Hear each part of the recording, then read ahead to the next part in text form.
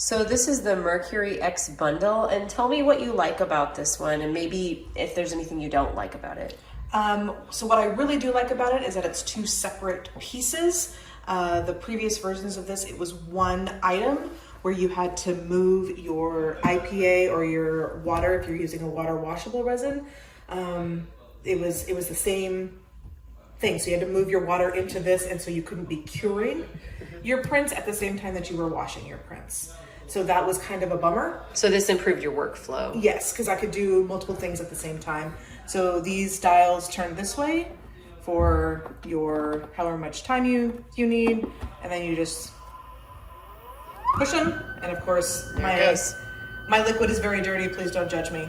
It's well used. Yes, and the same thing here. As an additional side note, I bought these separately, also on Amazon, to help pull them on and off. All right, so you'd recommend these? Absolutely, love them.